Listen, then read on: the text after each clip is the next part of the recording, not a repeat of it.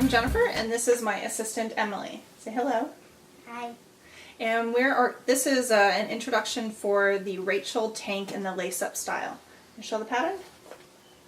It is a download that's available on Porcelynne.com. This is the lace-up style that we will be doing in the video. The tank is designed in sizes extra small through 3XL, and there are 5 different bust size options. So this gives you a total of 30 sizes. When you first get your Rachel tank, what you want to do is you want to determine which size you actually wear. So here we have the different numbers, the different letter sizes we have here, the estimated dress size that you might be wearing to help kind of figure out which group you might be in, waist, hip, and bust. Now, the letters corresponding to the cups do not necessarily correspond to the cup that you might wear.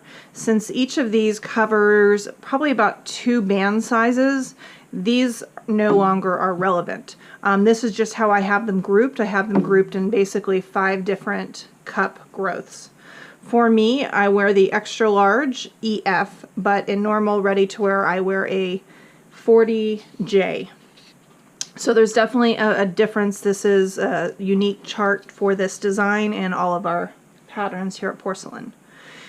This design is not designed to fit snug. If you prefer a snug fitting top, I would recommend removing 2 inches from each of your measurements and choose your chart based on that. And that will give you a snug fit. Otherwise, this is supposed to fit comfortably, just as a normal ready to wear.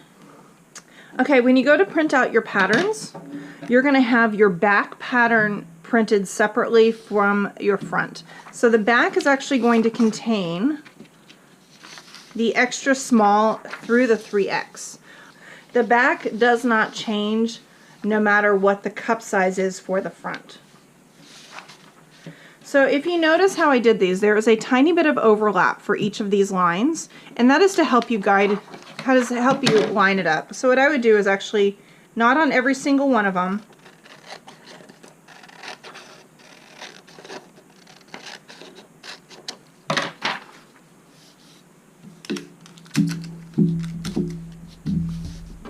so you can see where that line is, and it should help you better line everything up. So first piece it together and then cut it out. And they are color coordinated, so you can print it in color, or if you print it in black and white, you can always refer to your computer to figure out which size you need.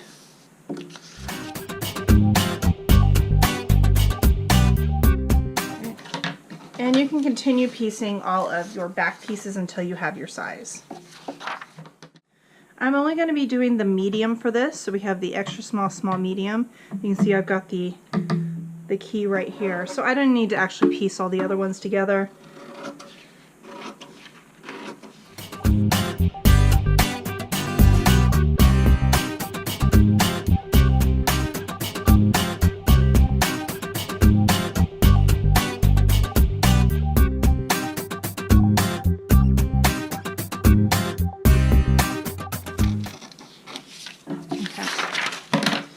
So here is the back.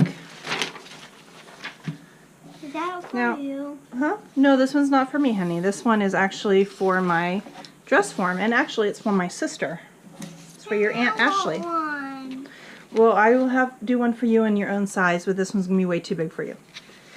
For the front, you want to print out your pattern set for whichever size you run into. So this one is the medium, and so you can see I have a key here, and I actually use different colors to help you differentiate which set was which. So this one I use pink and orange, as opposed to the other one, which was green and red and blue. So the pieces, they go across this way. There might be an exception, but for the most part this is how they're going to lay. Maybe I should do the CD. Okay. Yeah, I'm going to do the CD. For what? So which is the pink one. I love pink.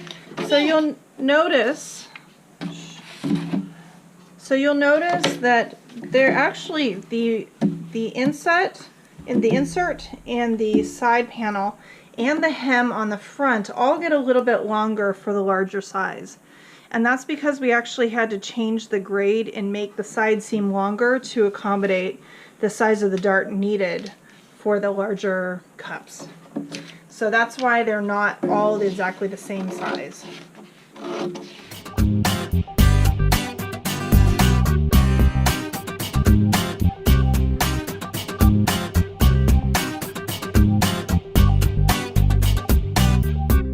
I would like to point out that on this pattern piece, your grain line is going to be parallel to this line over here.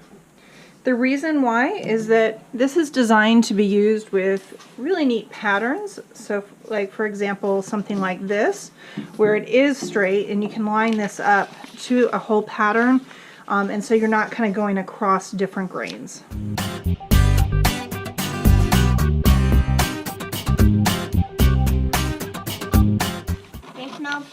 So you'll also notice that the shape of the dart changes based on the size.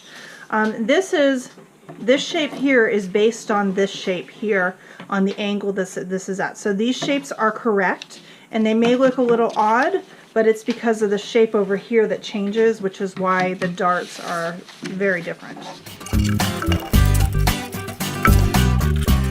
And there is our front. So this is one of the kits for the Rachel tank, which this video is explaining.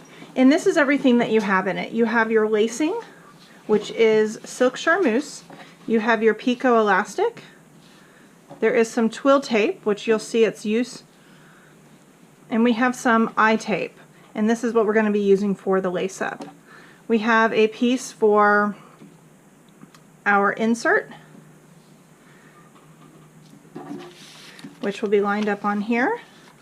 Now if you notice, this one has a little bit more stretch. Actually, it's pretty equal stretch, but there's a slight, I feel like there's a slight more stretch in this direction, and because of that we're going to be using the twill tape to help reinforce the shape so we don't lose the integrity of the fabric. For the insert piece, you can really use scraps if you have scraps around, or if you have some pieces laying around. It is such a small part of the garment that the grain line is not that big of a deal, especially since it's going to be covered with our lace up. So, and this is the lace for the top. Honey, can you please move? So this lace has a decorative finished edge. So when we actually lay this out for cutting, we want to lay our patterns with the bottoms lined up like this.